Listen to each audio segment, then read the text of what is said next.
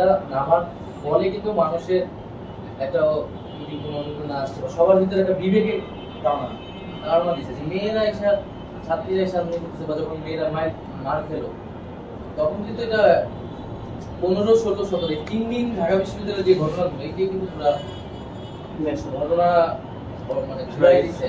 এই 3টা দিনের ঘটনা আর দিকে রংপুরের আবু সাইদ, তারপর সবগুলো ক্যাম্পাসেই প্রজেক্ট করা হয়েছে।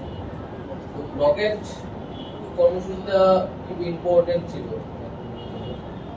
অনেকের কাছে। এখন অনেকে বলার চেষ্টা করছে আন্দোলনটা এখন মিছিল দিতেছে, বলছে না এটা কোটা আন্দোলন ছিল, মারধর করছে, আবু সাইদ মারা গেছে, মানুষ নেমে আসছে।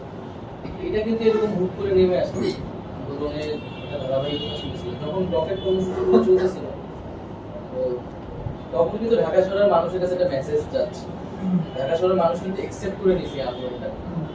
এত জ্যাম যেসব জায়গায় সেই সব পয়েন্টে ছাত্র করতেছে, জ্যামের ভিতরে আছে, কিন্তু মানুষ কিন্তু সাধুবাদ জানাচ্ছে এই সময়টা, মানুষ কিন্তু প্রতিবাদ কিন্তু করে নেই, ভোগান্তি হলে সেটা স্বীকার করছে। ঢাকা শহরের একটা প্রস্তুতি ঘটছে সেই সময় রাষ্ট্রপতি আন্দোলনে, এবং রকেট কিন্তু আস্তে আস্তে আগাচ্ছিল। আমরা কারণ বাজার, পরের দিন ফার্ম গেট, গণভবনের সাথে কিন্তু আমাদের দূরত্ব আমরা তখনই কমায় আনতেছি। এটা এমন না যে উদ্দেশ্যমূলক সরকার জিনিসটা হচ্ছে রাষ্ট্রকে দখলে নেওয়া আন্দোলনের যেই আন্দোলনের যেই একটা জায়গা, যে হচ্ছে আমরা আমাদের দাবি আদায় করে সামগ্রিকভাবেই নামবো। 15 তারিখে তো আমি বলছি যে এটা গণ আন্দোলনের দিকে যাবে, আমরা সবাই নেমে আসবো। তো রকেট কর্মসূচিটা ছিল ইম্পর্টেন্ট। ঢাকা বিশ্ববিদ্যালয়ের কিন্তু 17 তারিখের পরে ওই অর্থে ভূমিকা কমই, ভূমিকা নাই। 18 তারিখ থেকে আন্দোলনটা চলে গেল প্রাইভেট বিশ্ববিদ্যালয়ে। তো 18, 20, 21, 22 এর মধ্যে আমাদের কোনগুলো হলো আন্দোলনে একটা ফেজ, কিন্তু 1 থেকে 14 তারিখ একটা ফেজ, 15, 16, 17 তারিখ আর একটা পর্ব, আর হচ্ছে 18 তারিখ থেকে 20, 22 তারিখ মধ্যে একটা পর্ব, যেটা প্রাইভেট ইউনিভার্সিটি গুলোতে ফেজ দিয়েছে এবং তারা শুরু দিয়েছে। তারপরে আবার একটু স্লো হয়েছে, আমরা ডিবি অফিসে গেলাম, তারপরে কিন্তু আবার মাদ্রাসা, অভিভাবক, শ্রমিক, শিক্ষাওয়ালা সবসময় আবার শেষের দিকে এসে ঢাকা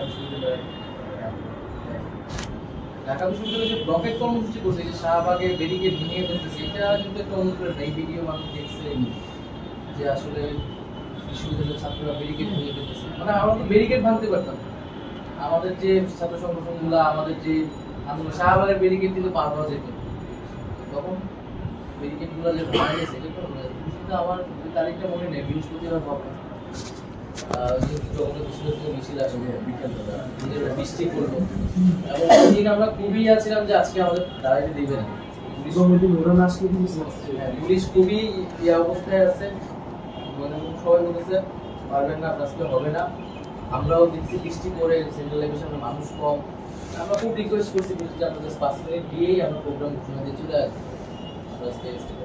আমরা তো খুব ভয় হয়ে গেছি, যখন লাইব্রেরির মানুষ চলে আসছে তারপর ওই দিনই কিন্তু ব্যারিকেডটা আমরা ভাঙছি, ওই দিনই ব্যারিকেড দিচ্ছি স্ট্রংলি, এটা কিন্তু ব্যারিকেড দেয়। ওই দিন আমরা যখন ব্যারিকেড ভাঙছি, এবং তারপরে এসে আমাদের অনেকে বলছে আমরা 1 ঘন্টা থাকি না, পর্যন্ত যান, কিন্তু আমরা কিছু মানুষ আসছে, তো ওই দিন একটা যে ভয়টা ভাঙাটা হলো, ওটা তো না আমরা ভয় রাখতো, ভয় ভেঙে গেছিল। এবং হলে হলে যখন করা শুরু করি, এবং ব্লকেট কর্মসূচিগুলোর মধ্যে দিয়ে কিন্তু আমরা হলে যাচ্ছে, পোলাপান মাইকিং করতেছে, নিয়ে আসতেছে, টুকটাক বাধা দেওয়ার চেষ্টা হয়েছে, তালা দিচ্ছে, একজন পোলাপান যে তালা ভাঙছে শুনে হলে ক্লাস্টার ভাঙছে, তারপর নতুন ক্যান্টিনের সামনে যে দাঁড়ায় স্লোগান দেওয়া হইতেছে, বন্ধুরা শাহবাগ, সবাইকে আহ্বান।